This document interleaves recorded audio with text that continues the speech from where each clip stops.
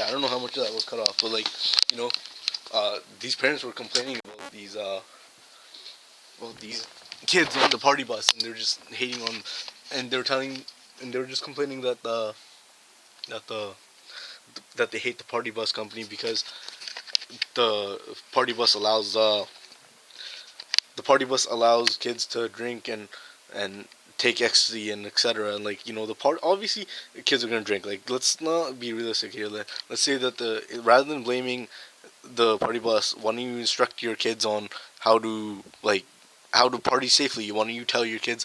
Why don't you step up and be a mother and or a father and step up and like claim responsibility for your child's actions to a certain extent? Like, explain to your children how it's better to party safely, and like, you know, if you know your kids are gonna party, tell them to party safe and tell them to consume like an appropriate amount of alcohol rather than, like, you know, overdoing it and having a bad night.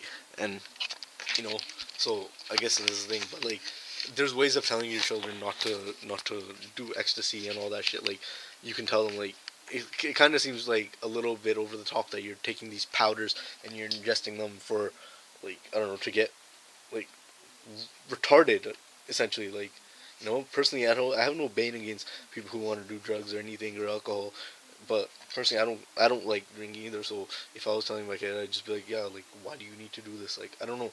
I know they might end up drinking anyways, but whatever, that's fine. That's besides the point. But like, you know, I'm not a fucking father.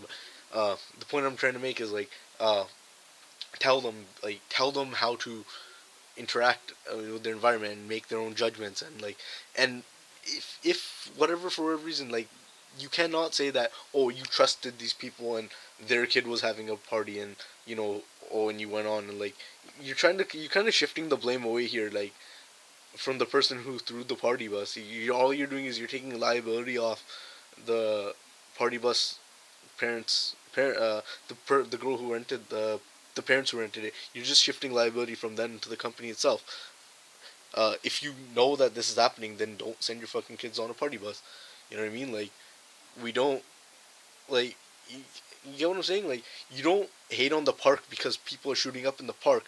You get to the core of the object. Like, you know, you can have a war on ecstasy, I guess. I don't know, or alcohol. Then don't hate on the party bus. And like, you think your kids aren't gonna be able to have access to alcohol if they don't have a party bus? Like, I remember, I'm not even gonna say anything, but like, I remember we used to go to the movies and we used to get wasted, and like, it was awesome watching movies sometimes. And like, although it was kind of wasn't like that good if you got too smashed, but I don't know. You know, tell them, like, and like, give the proper advice. Like, if you tell your kids, like, if you know your kids might like be out, like, why don't you inform them that they should stay properly hydrated and tell them to always drink water and keep a water bottle handy and know what's in the water bottle when they drink it, and, you know, like, prevent all this shit from happening. And yeah, that's all pretty much. I'm pretty tired. Anyways, I hope this fresh face looks good. And yeah, so yeah, I'm done right now. For now, at least. I'm gonna do I said I would do a video on Nauli. I guess I might as well inform you now. Nauli is the practice of you take your navel and pull it in. I'm actually gonna link this too. So you take your navel and you pull it in, and then relax it. So you bend over it and you pull your navel in as hard as you can. You exhale, and then pull your navel in as much as possible, and then move it, and then try that a few times. And like, I'm not gonna go through all the specifics of it, but the first step is to be able to inhale and hold that for an 8 count.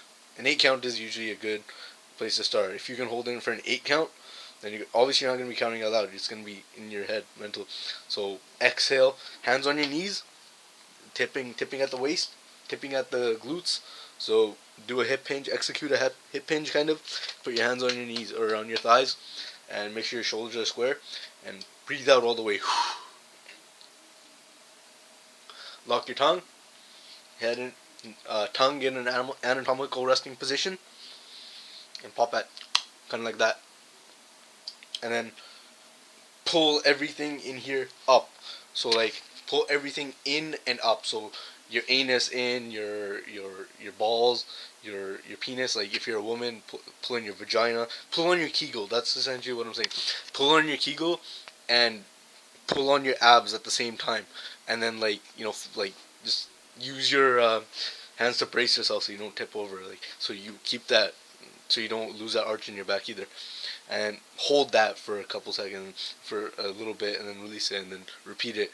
And if you can, once you can get around an 8 count, that's when you know you're ready to begin the next step, which I have not even reached yet because one, it's very very difficult, and two, I've accumulated a bit of midsection fat, making it a little bit more difficult. And I also, when you eat that kind of food, like when you notice yourself accumulating fat, like chances are you're not eating that well, and some foods kind of disrupt the inner abdominal walls, and that makes it this very difficult.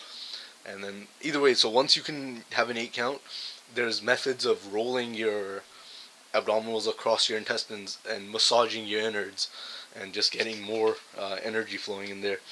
And it's supposed to be, even when I do the normal one, like it's very it makes your defecation very fat satisfying. It just activates all the muscle down there, and you're able to pass feces a lot more efficiently and a lot more easy, and like it creates a lot of pressure in there. And like one thing I've noticed, it's all about inter abdominal pressure when you're defecating, or when you're squatting, or even when you're deadlifting, or anything strenuous. It's all about inter abdominal pressure and using the inner abdominals rather than like just.